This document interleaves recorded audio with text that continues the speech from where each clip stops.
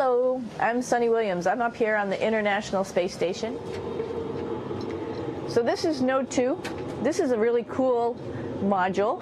Of course, most of these modules you'll see they have 4 sides and they're put together. That way we could sort of work on a flat plane, either a wall, a floor, another wall, or the ceiling. But you know, again, all you have to do is turn yourself and your reference changes. The reason I'm bringing that up is because this is where 4 out of 6 of us sleep. And so people always ask about sleeping in space. Do you lie down? Are you in a bed? Not really, because it doesn't matter. You don't really have the sensation of lying down. You just sit in your sleeping bag. So here's one sleep station right here. I'm going in right now. You can follow me if you want. So I'm inside. It's sort of like a little phone booth, but it's pretty comfy. I've got a sleeping bag right here that we sleep in, so we don't have sort of like a little bit of a cover. We don't fly all over the place. But you know, you can sleep in any orientation. I have it sleeping, feeling like I'm standing up right now, but like you saw, I'm on the floor. But it doesn't matter if I turn over and I sleep upside down. I can't have it. I don't have any sensation in my head that tells me that I'm upside down, so it really doesn't matter. The sleep station is also like a little office. We've got a computer in here. As you can see, we've got a couple little toys. I've got some books. I've got some clothes and other things that make it sort of like home. I'm coming out. And just for reference, that's one sleep station. This one's another. Right here. There's one on the ceiling, if you want to call it. Right here. And then there's a 4th on the other wall over here. So all of us sleep in a little bit of a circle. All right, come on back. There's more to show you.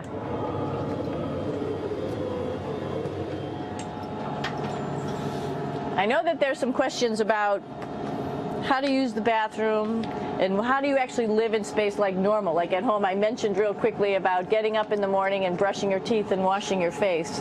Well, how do you do that? Well, here is the bathroom, essentially. You get up in the morning and we have a little kit, and it has all the essential things that you need, like your toothbrush and toothpaste and brush. See how much better the brush makes my hair look? I'm just joking. It still stands up straight. It doesn't matter where you are. It's always going to stand up straight while you're up in space. A lot of people ask about toothbrush and toothpaste.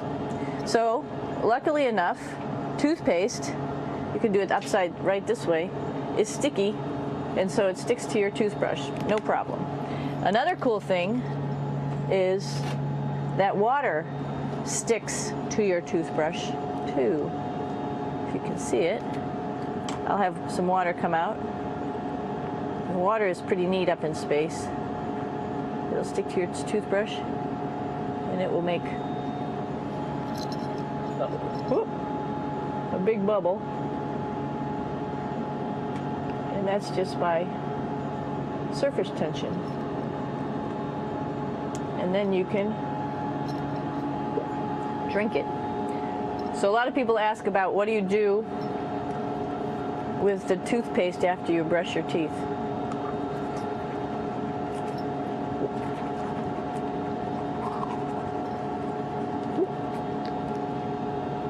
Two options. Swallow it, and it's sort of like mouthwash, but it tastes a little gross.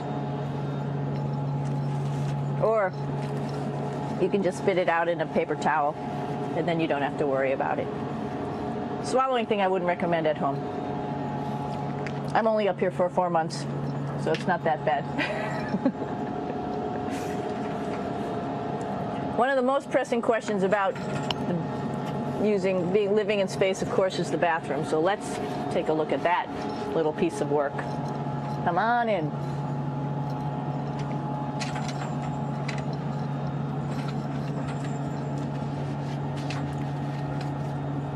Here we are at the throne. This is awesome. You might see the little, you might have noticed the little moon on the outside. This is our orbital outhouse right here.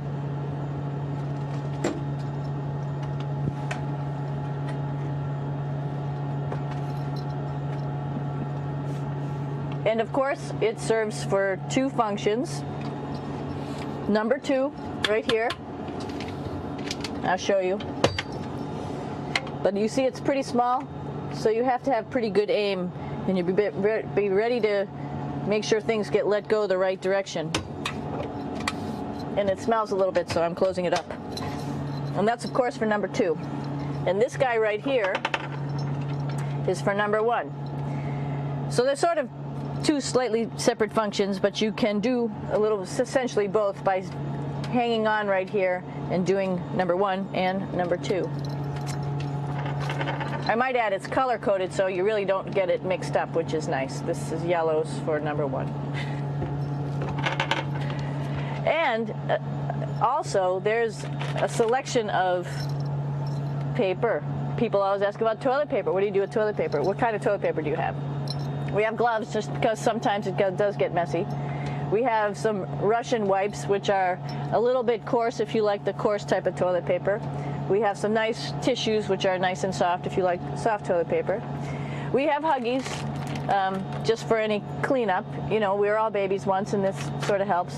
And then if things get really out of control, we have disinfectant wipes, just to make sure we clean up here. Because, you know, just like the water I showed you, the number 1 stuff can sort of go all over the place if you don't aim correctly. And did I mention both of these have a little bit of suction, so they should keep things going in the right direction. But like I said, sometimes things get a little out of control if you are out of control yourself flying around. So we have lots of protective stuff. And of course, you do have your privacy. There's a little door, so other people know that you're in there. Here's a pretty cool place. This is sort of like in your house where everybody meets in the morning. After you wash your face, brush your teeth, you want to find something for breakfast. And this is our kitchen. You might notice there's all sorts of foods here. It's like opening the refrigerator. You got all your different stuff that you want to have: drinks, meats, eggs, vegetables, cereals, bread, snacks. And that's a good place. That's where you find all the candy. Side dishes, and then some little power bars just in case. So we have all this type of food. Some of it is dehydrated, and so we have to hydrate it, fill it up with water. Some of it is all ready made, and then all we have to do is heat it up. So something like this, I'm pulling out barbecued beef brisket. Pretty yummy. Not only is this food made in the US, but we also have food here from Japan. We've got Russian food. As you can see, all these red containers are filled with food that's from Russia. And then we get some of our specialty stuff, some things that we like, some of our favorite stuff that your family can send up. In fact, I like fluffernutters, and so I got sent up some fluff so I could make my fluffernutter with peanut butter. So you have a lot of food up here, no problems. Now, I want to say where we are. So right now, we're in the Japanese laboratory.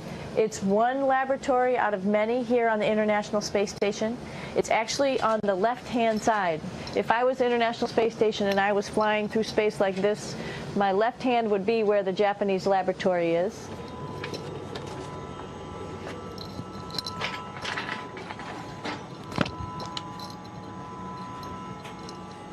So now again, we're on the right-hand side, all the way on the right of the International Space Station. This is Columbus, the European module. It has science experiments all over. You could see it looks a little bit crowded. And here we do a lot of our medical experiments.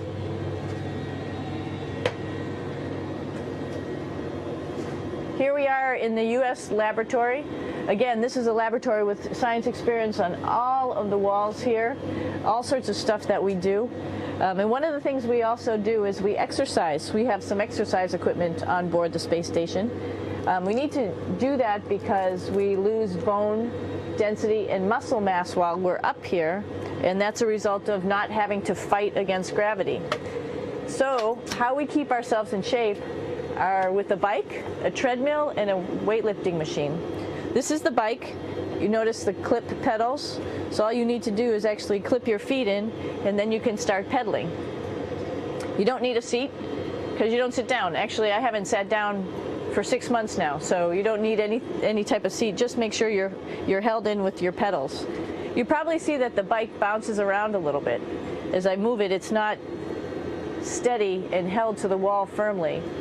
And the reason for that is the space station is pretty big. You saw that there's also solar arrays on the space station. If we start putting any forces into the space station, it's going to make those solar arrays bounce around a little bit. So to prevent that, the machines bounce around a little bit, move around a little bit, and that way we don't put any forces onto the structure of the spacecraft out to the solar arrays. All right, a little farther on. Come on.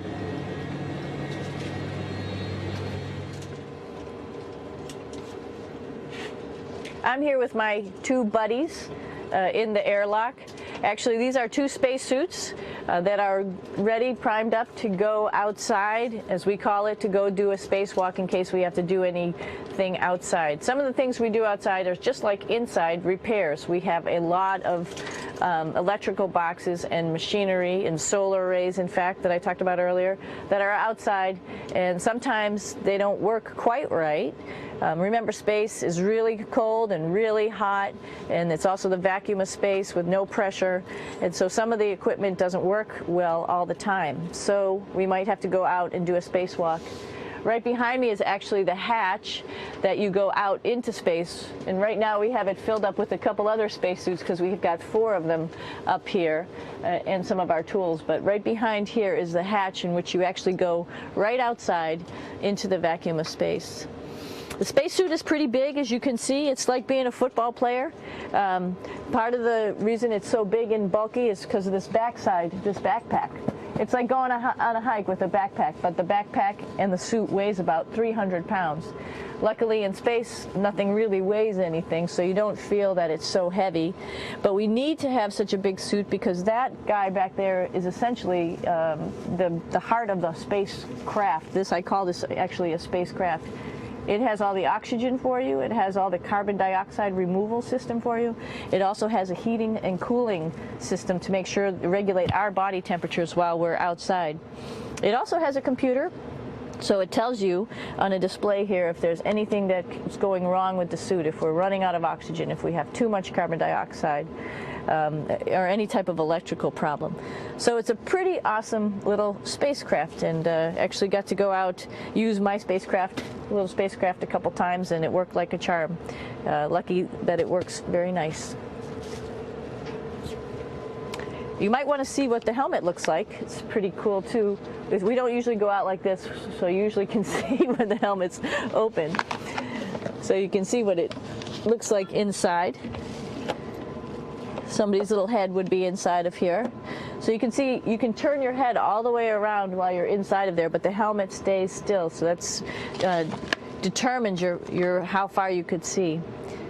And it's usually pretty sunny out there, so we have to wear our sunglasses, and this is our sunglasses right here, which make you look pretty cool.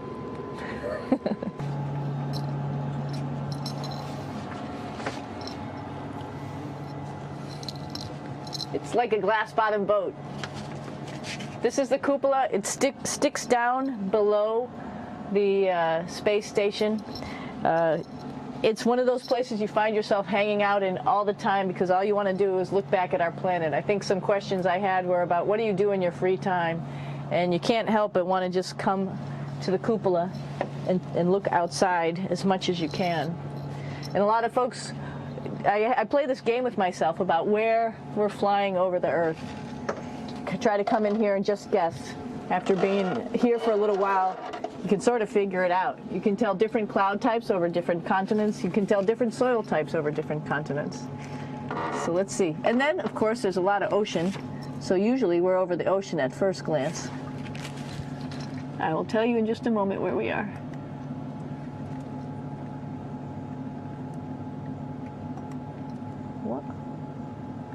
There we go.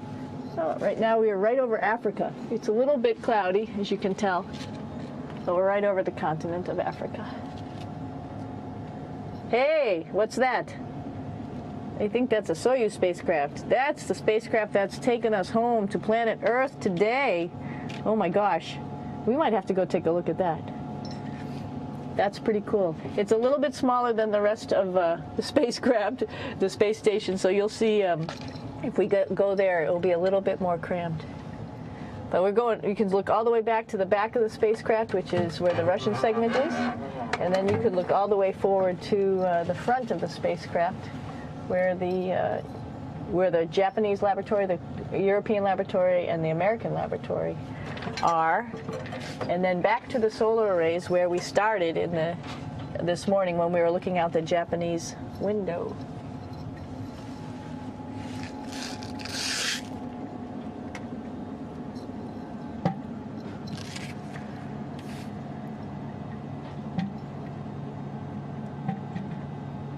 So other questions that were here are, what would you recommend as a job, if so, and to what type of person would want to be an astronaut?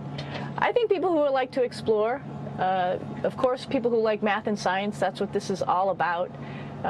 We have people in the office who are doctors, teachers, veterinarians, engineers, pilots, so all sorts of people become astronauts, and I think if you see it's just sort of cool, so I think people who like to do a little adventure and like to do cool stuff probably usually become astronauts. Hey, one thing I didn't show you, or I talked about but I didn't show you, was the exercise, another piece of exercise device, which is the advanced resistive exercise, and that's what this is right here. This is ARED, and you could probably see this bar. Let me just do a little bit of maneuvering here. Stand by. You have to set it up just like at any other gym.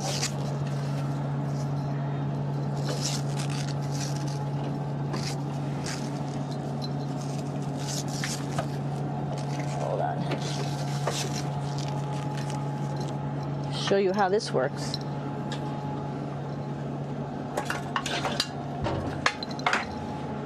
So you can see you can change your attitude just by going from one module to the next, going up from the cupola down here.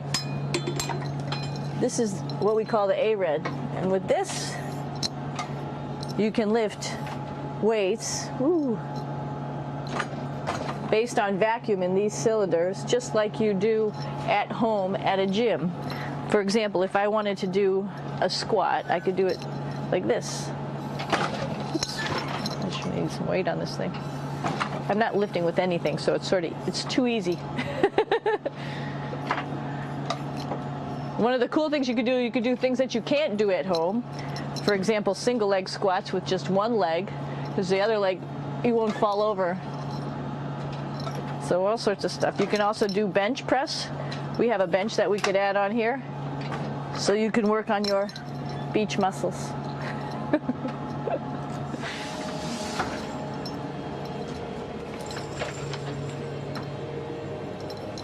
Hey Aki, what are you doing down there? Crashing things. This is one of the cool things about space too. It sort of looks like there's a big old hole here, but you don't even think twice about it. You could just jump over the hole, or if you want, you can go jump into the hole. I'm coming down. Woo!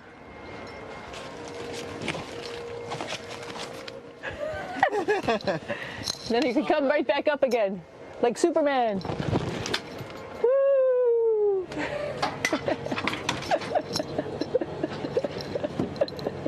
We're lucky we have a really cool big space station that you can fly around in. That's actually called the PMM.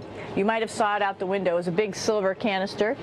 What's really great about that is it's essentially our closet in our pantry, or whatever you want to call it. We have extra food down there, we have extra clothes, we actually throw the trash out down there. So it's nice and organized, and we have all of our stuff that we need while we're working in all these other modules all stowed in this location down here. And it's a lot of fun to play in. So we're going into the Russian segment. Be ready. You don't need a passport either.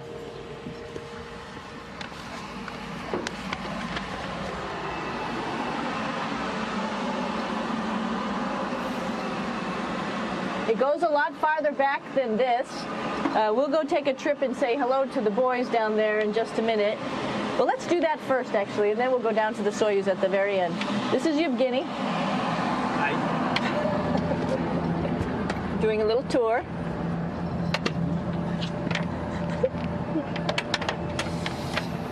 This is the FGB, and what's cool about this module, it is actually the very first piece of the space station that came up in 1998. The space station has been around for about now manned for 12 years, but it's been up in space for about 14 years. And this was the very first. It is like the Russians' PMM. It has a lot of storage, as you can see.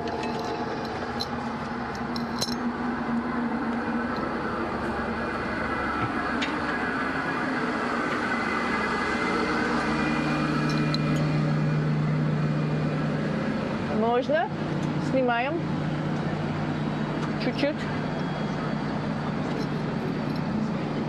So here we are in the heart of the space station, really. This is the service module. This is the central post. In case we had any problems, I know a couple of the questions are about what type of things do you have to worry about. And some of the things we have to worry about in space are fire. If we had a fire, if we had a depressurization, like we were hit by a micrometeorite and it made a hole, or if we had some type of toxic atmosphere. We use ammonia for our radiator, so there is a possibility that ammonia could come into the vehicle, and then it would be bad for all of us. If we have any of those problems, we come right here, which we call the central post. It is the main heart of the space station. It was also the first computers that came up here that ran the space station. And so behind this wall right here are these main computers.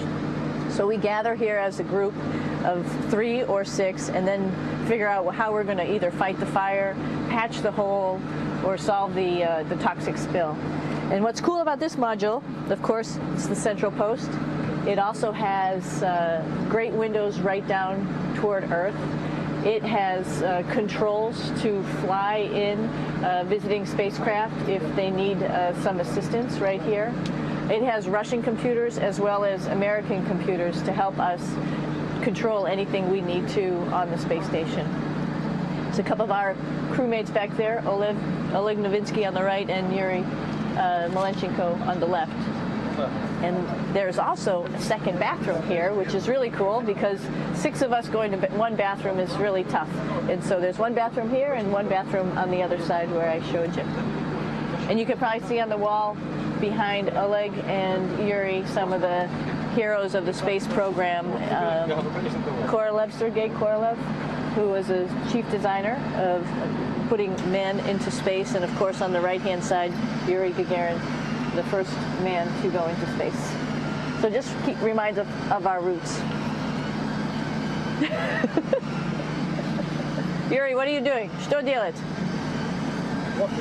Making coffee. Oh. Black coffee. Yeah.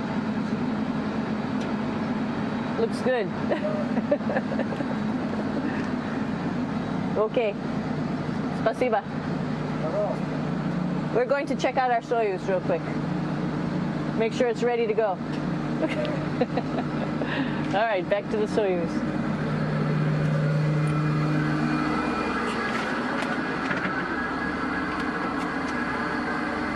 I'm going to stop here just for a quick second.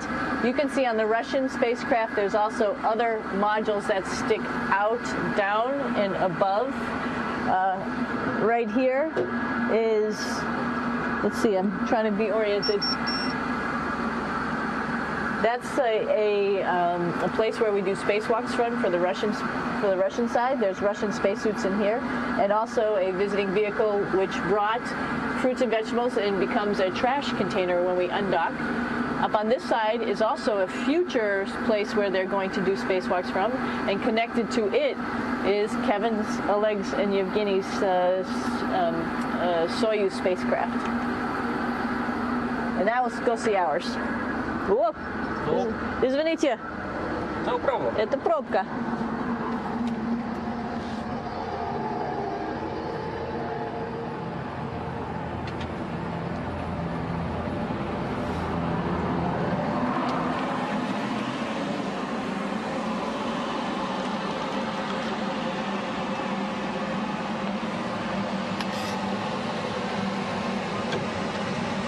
Coming down.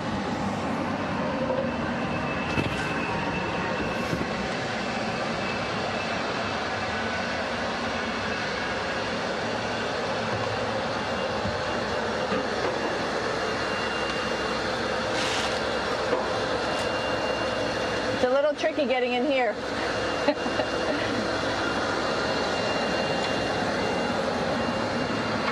This is the docking probe right here, this big thing. This helps us connect to the spacecraft. This probe actually sticks into this cone, and that's how the spacecraft, our Soyuz, becomes connected to the ISS initially.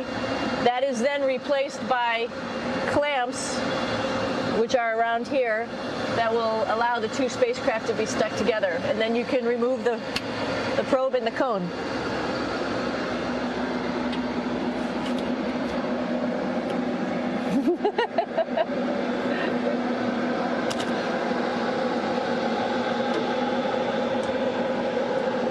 You okay? All right, so here we are in the Soyuz. This is what we call the BEO, the living compartment, bytovoy otsek in Russian. It also has a little bathroom. It's not as good as the other bathrooms, so we try not to use it too much. It has drinking water in it if we need something to drink. And then, of course, it's filled up with a lot of cargo for us. Bringing up and also bringing back down. It has a second purpose when it comes back to Earth. It serves as a garbage container. During the descent, we'll get rid of this area right here, and everything that's in it will just burn up as it's coming into the atmosphere. So that way we can get rid of a little bit of trash.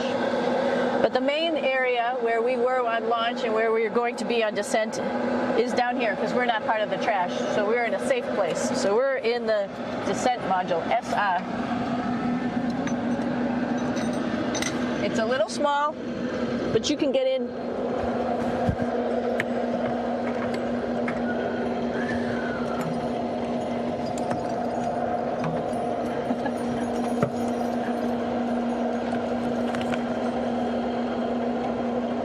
Not sure how well you could see in here. Hold on for a second.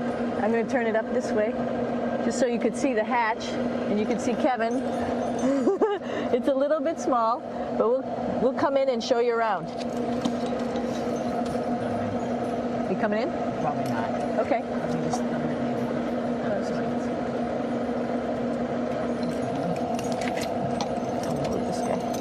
Got to move a couple things. We were just starting to get ready. We're preparing a couple days ago for our ride home.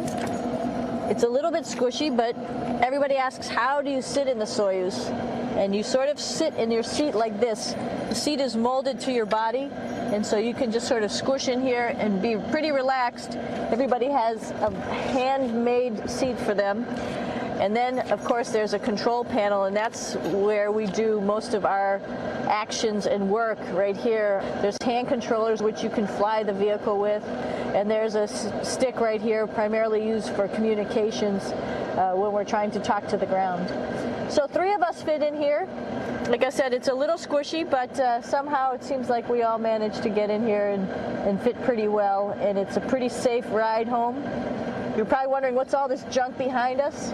Well, it's all of our parachute, first of all, and then it's all of our survival gear, just in case we end up landing in some strange place on the planet and nobody's there to rescue us right away. We have all sorts of survival gear with us, keeping us safe in here. So they've pretty much thought of everything. And we'll be home on the planet within the next 12 hours. Pretty shocking.